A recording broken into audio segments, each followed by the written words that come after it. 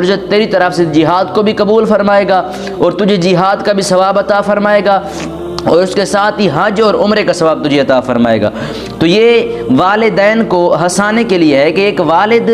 کو آج اگر آپ زندگی میں ان کی خدمت کریں، ان کے ساتھ حسن سلوک کریں، بھلائیاں کریں، تو والدین کی زندگی جو ہے وہ ہنستے ہوئے گزرے گی۔ تو ایک حدیث شریف میں ایک شخص جو ہے وہ نبی کریم صلی اللہ علیہ وسلم کی خدمت سے اقدس میں حاضر ہوا اور عرض کی، یا سیدی یا رسول اللہ، میں آپ سے بیعت ہجرت کرنے کے لیے آیا ہوں، آپ کی بارگاہ میں ہجرت کر کے آیا ہوں کہ میں آپ سے بیعت کروں گا، آپ کے دست پر میں، آپ کے ہاتھ پر میں بیعت کر لوں گا، لیکن